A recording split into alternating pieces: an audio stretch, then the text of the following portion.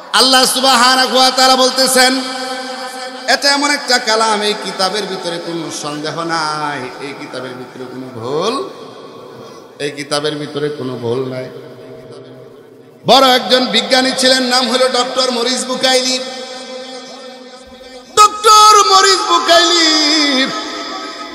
ইংরেজি, আরবি, ইংরেজি বিভিন্ন ভাষার উপর পিএইচডি অর্জন করেছে, পাণ্ডিত্য অর্জন করেছে। লাস্ট বেলায় চিন্তা করে, আরবি ভাষার উপর তো পাণ্ডিত্য অর্জন করি নাই। ডক্টর মরিস বুকাইলি এরকম ভাবে আরবি ভাষা নিয়ে গবেষণা করতে থাকলো কোরআনে ভুল ধরার জন্য। কিসে ভুল ধরার জন্য? কোরআনে ভুল ধরার জন্য। কোরআনে ভুল বের করবে ডক্টর মরিস বুকাইলি, এই কোরআনে ভুল ধরবে, এই চেষ্টা করতে করতে বাজান আমার এরকম ভাবে যখন চেষ্টা করতেছে আরবি ভাষা শিক্ষা, কোরআন পড়া দেখে কোরআনের ফার্স্ট ক্লাস একটা যে একটা নক্তা, কোন এরকম ভাবে কোরআনের ভিতরে ভুল নাই। আল্লাহু আকবার! এত বড় একটা কালাম, এত বড় একটা কিতাব, কিতাবের ভিতরে কোনো ভুল। ডক্টর মরিস বুকাইলি চিন্তা করলেন, এটাই হলো আল্লাহর সত্য কালাম, যেই কালামের ভিতরে কোনো ভুল নাই, সেই কালামের ভিতরে কোনো শোভা সন্দেহ নাই। ডক্টর মরিস বুকাইলি এত বড় বিজ্ঞানী হওয়ার পর কালেমা পড়া মুসলমান হয়ে গিয়েছে। আসছিল কোরআনের ভুল ধরার জন্য, কোরআন তারে ভুল ধরায় দিছে। আল্লাহু আকবার! কোরআন তাকে ভুল ধরে তাকে সত্য বানায় দিছে। এই জন্য বাজান এমন এক কালাম, যে কালামের ভিতরে কোনো সন্দেহ নাই। আল্লাহ পাক রব্বুল আলামিন বলেন, হুদাল লিল মুত্তাকিন,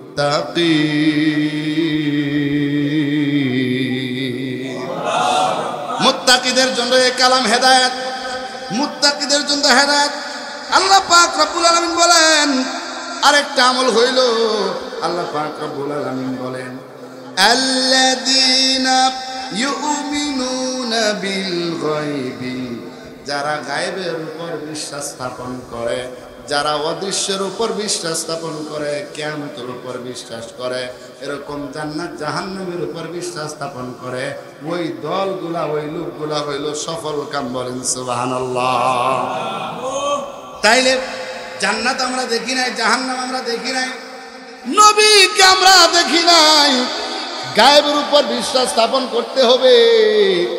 এই জন্য ঈমান মুফাসসালের ভিতরে আছে বাজান আমার, আমানতু বিল্লাহি ওয়া মালাইকাতিহি ওয়া কুতুবিহি ওয়া রুসুলিহি ওয়াল ইয়াউমিল আখিরি ওয়াল কদরি খাইরিহি ওয়া শাররিহি মিনাল্লাহি তাআলা ওয়াল বাসি বাদাল মাউত। সাতটা জিনিসের উপর যদি ঈমান আনতে পারেন, আপনি পরিপূর্ণ মুমিন, ঈমানদার। সুবহানাল্লাহ। আল্লাহর নবীজি বলেন, তিনটার সমন্বয় হইল, তিনটার সমন্বয় হলো ঈমান। এক নাম্বার মুখে স্বীকার করা, বলেন এক নাম্বার মুখে পড়েন, লা ইলাহা ইল্লাল্লাহু মুহাম্মাদুর রাসূলুল্লাহ। এক নাম্বার আমি মুখে তেলাওয়াত করলাম, স্বীকার করলাম। দুই নাম্বার হলো এই কালেমা দিলে দিলে বিশ্বাস করা। তিন নাম্বার হলো আমলে পরিণত করা। এই তিনটার সমন্বয় হইল পরিপূর্ণ পূর্ণাঙ্গ ঈমান। বলেন সুবহানাল্লাহ। তাইলে এক নাম্বার আল্লাহ তাআলা যে বললেন যে আল্লাযীনা ইউমিনুনা বিল গায়বি, যারা গায়বের উপর বিশ্বাস স্থাপন করে, এরপরে আল্লাহ তাআলা আরেকটা আমলের কথা আল্লাহ তাআলা বলতেছেন, ওয়া ইউকিমুনাস সালাতা ওয়া মিম্মা রাযাকনাহুম ওয়া মিম্মা রাযাকনাহুম ইউনফিকুন।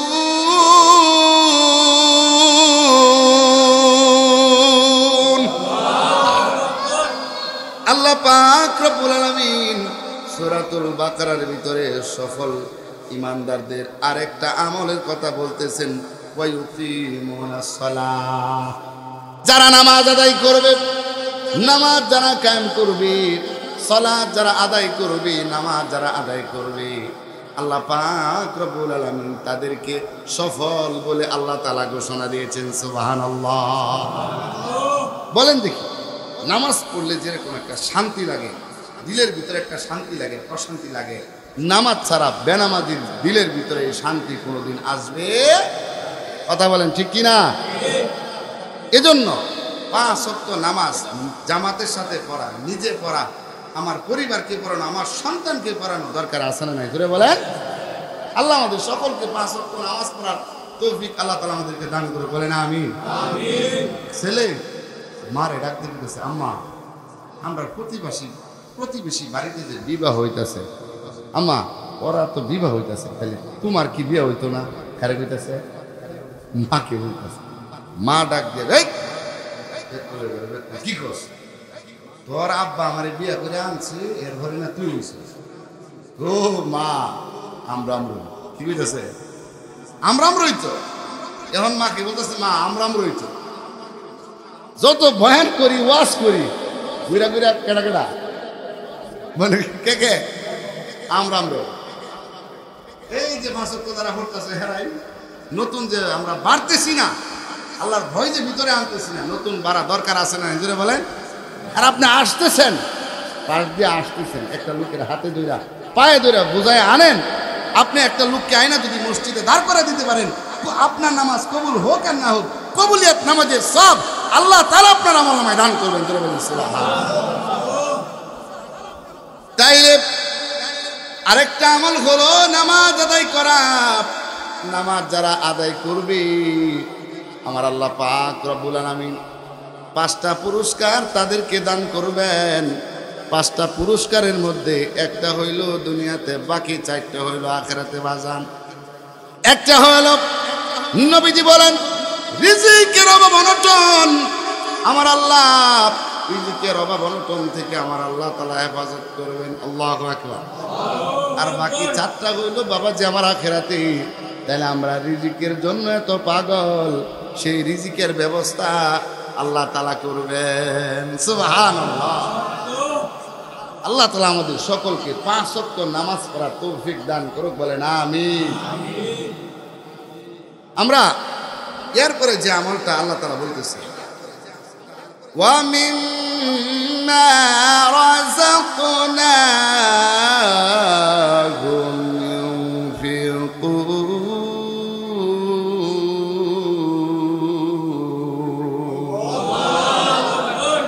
আল্লাহ পাক রব্বুল আলামিন বলেন, বান্দারে আমি আল্লাহ তাআলা তোমার যে রিজিক দিয়েছি, আমি আল্লাহ তাআলা তোমাকে যে রিজিক দিলাম, আমি আল্লাহ তাআলা তোমার যে ফসল দিলাম, অর্থ দিলাম, টাকা পয়সা দিলাম, আমি আল্লাহ তাআলা তোমাকে যে দান করলাম, আমি আল্লাহর দেওয়া কি তো রিজিক থেকে আমি আল্লাহর রাস্তায় খরচ করো। আল্লাহু আকবার। তাইলে আমার সম্পদ থেকে আল্লাহর রাস্তায় খরচ করা দরকার আছে না নাই? জোরে বলেন। হযরতে ফাতেমা রাদিয়াল্লাহু তাআলা আনহা, ফাতেমার শরীর অসুস্থ। ফাতেমা স্বামীকে ডাক দিয়া বলতেছে, স্বামী আমার শরীর অসুস্থ। দেখবেন মানুষ যখন বাজান অসুস্থ হইয়া যায়, বিভিন্ন রকমের ফল ফ্রুট খাইতে মন চায় কি চায় না বলেন? ফাতেমা বলছে একটা আনার আনার জন্য।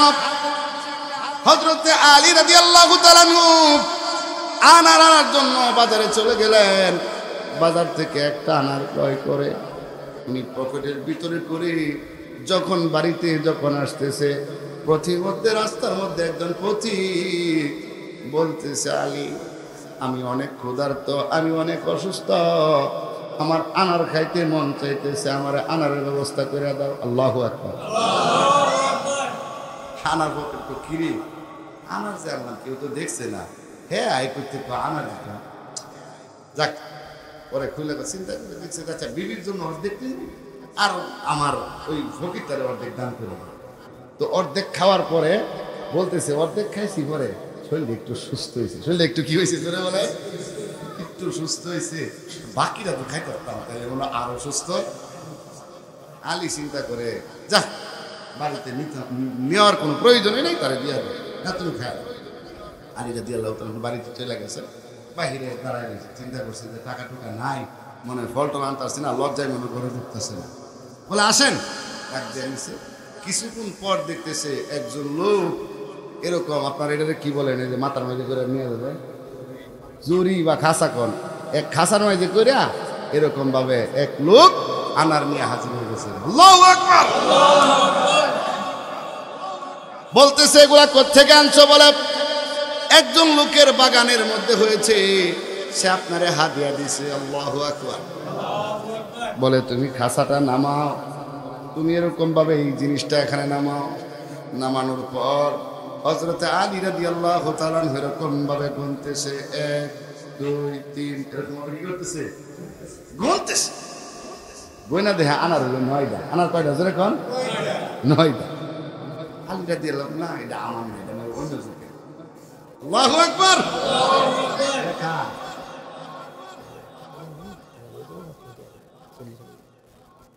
শেষ করলে তো? ও তাহলে কথা হইল শেষ, যে আলী রাদিয়াল্লাহু তাআলা বলতেছে এটা আমার না।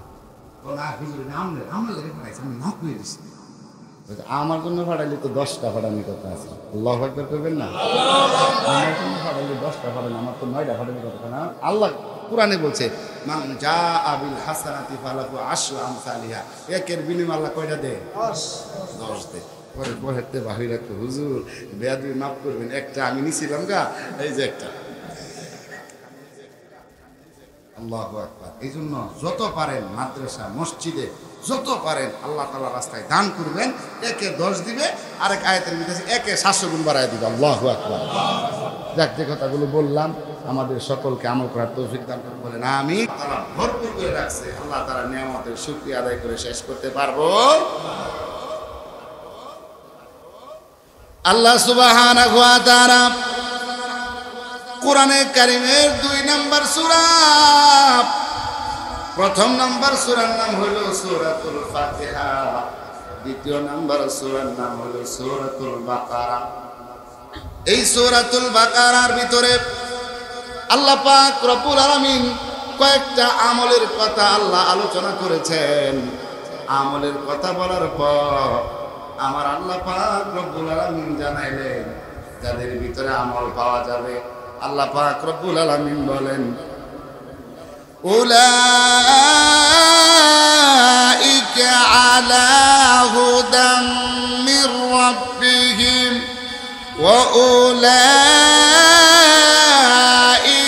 হুমুল মুফলিহুন।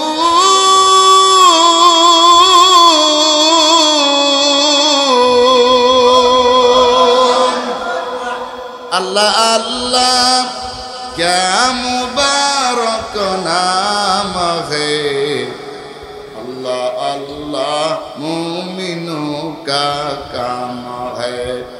अल्लाह अल्लाह क्या मुबारक नाम है, अल्लाह अल्लाह आशिकों का काम है।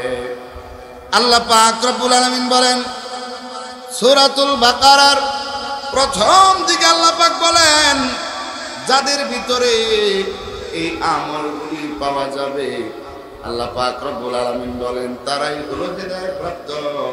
ওয়া উলাইকা হুমুল মুফলিহুন, তারা হইল সফল কামিয়াব। বলেন সুবহানাল্লাহ।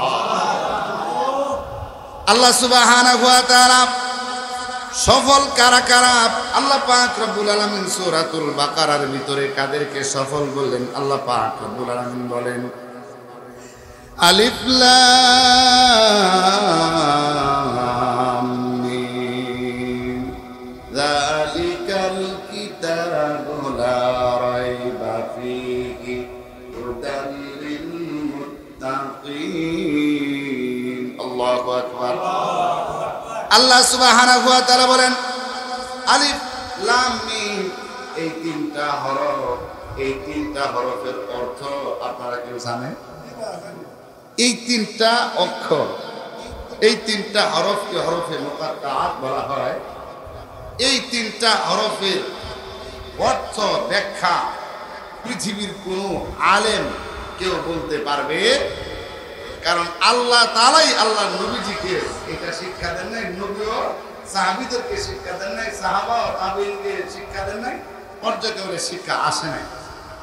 আল্লাহ তাআলা প্রথমেই কেমন জানি বুঝাইতে চাচ্ছেন, পৃথিবীর মানুষ যে এলেম নিয়ে অহংকার করে, আরে আমি যা জানি এই এলাকার আর কেউ তা জানে, কথা কোন ঠিক না ঠিক? আমার মতো বড় আলেম, আমি কইতাছি আমার মতো বড় আলেম আর এলাকার কেউ নেই। আরেকজনে কইতাছে যে বলতেছে যে আরে আমি সবচেয়ে বড় আলেম। আসলে একটা পাখি যদি, একটা সুই যদি নদীর মধ্যে অথবা সমুদ্রের মধ্যে ফেলে দেওয়া হয়, সুইটা তুললে সুইয়ের মাথার মধ্যে যতটুকু পানি আসবে, পুরা পৃথিবীর মানুষকে আল্লাহ তাআলা ততটুকু এলেম দিয়েছেন। আর আল্লাহ তাআলার কাছে সাগর পরিমাণ এলেম আল্লাহ তাআলার কাছে রেখে দিয়েছেন। আর একটু জোরে বলেন সুবহানাল্লাহ। তাহলে সুইয়ের মাথা পরিমাণ সমান যদি পুরা এলেম যদি পুরা পৃথিবীর মানুষকে বাজান দেয়, তাইলে বাজান আমরার এলেম কতটুকু আছে এটার ভাগ করলে খুঁজে পাওয়া যেত না। কথা বলতে ঠিক না ঠিক? আল্লাহ সুবহানাহু ওয়া তাআলা প্রথম দিকে উলামায়ে কেরাম লিখেছেন, সর্বপ্রথম আমরা কেমন জানি সারেন্ডার করলাম, আল্লাহ তোমার এই কোরআনের ভিতর যে প্রথম যে তিনটা অক্ষর, এই তিনটা অক্ষরের জ্ঞান আমাদের নাই। আল্লাহ এই তিনটা অক্ষরের জ্ঞান কার কাছে রেখেছেন বলে? কার কাছে রেখেছেন? কেমন জানি আমরা বললাম আল্লাহ এইটা আমরা পারি না, সমর্থন। প্রাথমিক অবস্থায় আল্লাহ তাআলার কাছে আমরা কি হয়ে গেলাম? সারেন্ডার হয়ে গেলাম, আল্লাহ আমরা পারি না। আমরা কি করি না? আল্লাহ পারেন কে? জোরে বলেন, আইটু জোরে বলেন, পারেন কে? ইজ্জত সম্মানের মালিক কে বলেন? আল্লাহ তাআলা বলেন, কুলিল্লাহুম্মা মালিকাল মুলকি তুতিল মুলকা মান তাশা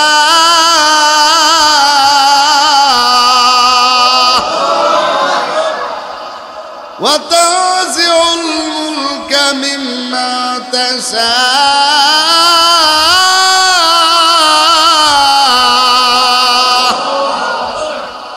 وتعز من تشاء وتذل من تشاء بيدك الخير إنك على كل شيء قدير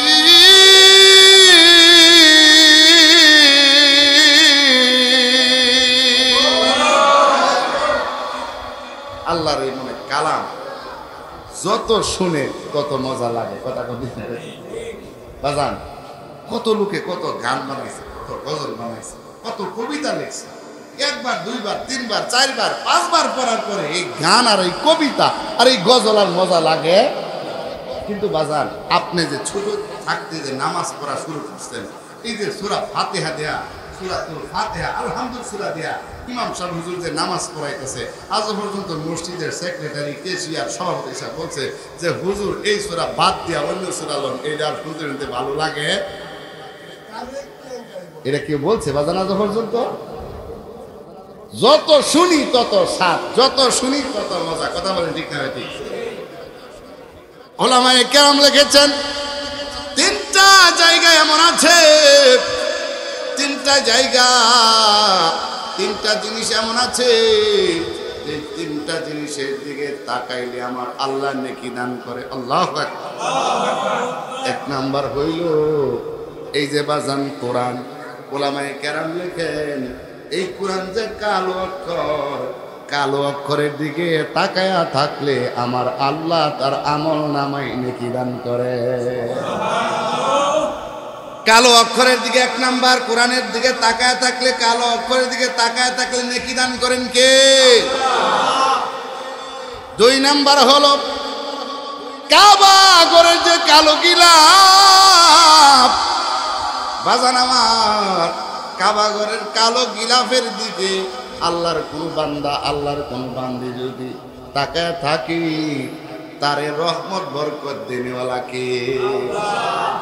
দুই নাম্বার চলে গেল। তিন নাম্বার হলো আল্লাহর কোন বান্দা, আল্লাহর কোন বান্দি যদি আব্বা আম্মার দিকে দয়ার নজরে, মায়ার নজরে, ভক্তির নজরে যদি আব্বার দিকে মার দিকে একবার তাকায়, আমার নবী বলেন আল্লাহ তাআলা তার আমলনামায় একটা কবুলিয়াত হজের সওয়াব দান করে দেয়। বাবারে খেদমত করবে না, মারে খেদমত করবে না, এই লোকের শান্তি দুনিয়া তো হবে না আখিরাতে হবে। কথা বলেন ঠিক না ঠিক? বাপের খেদমত করবো না, মারে খেদমত করবো না, মারে খাবার দিব না, বাপের খাবার দিব না, এই লোকের শান্তি দুনিয়াতে টাকার মালিক হইতে পারে কিন্তু মাগার শান্তির মুখ জীবনে দেখবে। আমার নিজের চোখের দেখা এক লোক মাকে লাত্তি মেরেছিল, মাকে লাত্তি মেরেছিল, লাত্তি মারছে এটা কিন্তু দেখি না, এটা আমরা শুনছি, কিন্তু পা কাটতে কাটতে কমর পর্যন্ত কাটছে এটা নিজের চোখে দেখছি। মাকে লাত্তি মারছিল, মা বদদুয়া দিয়ে দিচ্ছিল, এ বাবা গুল্লির তীর মিস হইতে পারে কিন্তু আব্বা আম্মা যদি সন্তানদের যদি বদদুয়া দেয়, গুল্লি করছেন গুল্লি মিস হইতে পারে, তীর মিস হয়ে যাইতে পারে, কিন্তু আব্বা আম্মা যদি বদদুয়া দেয় এই বদদুয়া কোনোদিন মিস হবে। বাবা মারে লাত্তি মারছে, মারে মা আল্লাহর কাছে দোয়া করছিল, আল্লাহ দোয়া করতে হয় না, কেবলমাত্র বুকের ভিতরে যে কষ্ট, এই কষ্টের খবর আল্লাহ রাখেন কি রাখেন না বাবা? এই যে একটা কষ্ট প্রথমে এরকম ভাবে ওই যে গরু দিয়া যেরকম ভাবে চতুর্দিক দিয়ে ঘোরা মানে দান টান ফলা, এটা কি কর মারা ফারানি, আমরা সন্ধি করে মারা ফারানি, গরুর না বাইন দেওয়া ঘোরা এমনি ঘোরা ঘোরায় এটা নিচে আবার দান টান হয়, তো মারা ফারাইতেছে ওই যে মারা ফারা ইয়া এটার কি কই যে দানের ইয়ে আছে, হ্যাঁ একটা হুঙ্গা বা একটা ইয়া খেললে খেলে ভিনছে, ভিনতার পরে বাজান বেতা শুরু হয়েছে, প্রথমে কাটছে আঙ্গুল, পরে কাটছে ঠ্যাং, পরে কাটছে এই পর্যন্ত, পরে আস্তে আস্তে কোমর পর্যন্ত, পরে করে কবর পর্যন্ত, কি পর্যন্ত। বাপ মারে কষ্ট দিলে দুনিয়া তো শান্তি নাই, আখিরাতেও শান্তি। তাহলে তিন দিকে তাকায় থাকলে আল্লাহ তাআলা নেক দান করে। এক নম্বর হইল কোরআনের হরফের দিকে তাকায় থাকলে, দুই নাম্বার হলো কাবার দিকে তাকায় থাকলে, বাইতুল্লাহর কালা গিলাফের দিকে তাকায় থাকলে, তিন নাম্বার হলো আব্বা আম্মার চেহারার দিকে তাকায় থাকলে আল্লাহ তাআলা কবুলিয়াত হজের সওয়াব দান করে। তাইলে আল্লাহ সুবহানাহু ওয়া তাআলা কোরআনে কারীমের ভিতরে সূরাতুল বাকারার ভিতরে আল্লাহ পাক রব্বুল আলামিন বলেন যালিকাল কিতাবু লা রাইবা ফীহি হুদাল লিল মুত্তাকিন।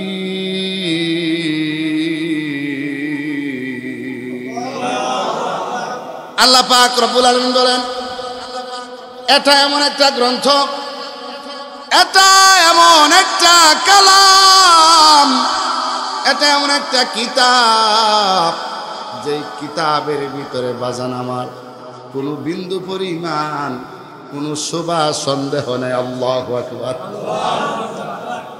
এটা এমন একটা কালাম, এই কালাম যার সাথে লেগেছে, মক্কার এই কালামের সাথে সম্পর্ক, মদিনা এই কালামের সাথে সম্পর্ক, মক্কায় কোরআন নাজিল হয়েছে, মদিনায় কোরআন নাজিল হয়েছে, এই জন্য মক্কায় এবং মদিনার দাম কম না বেশি?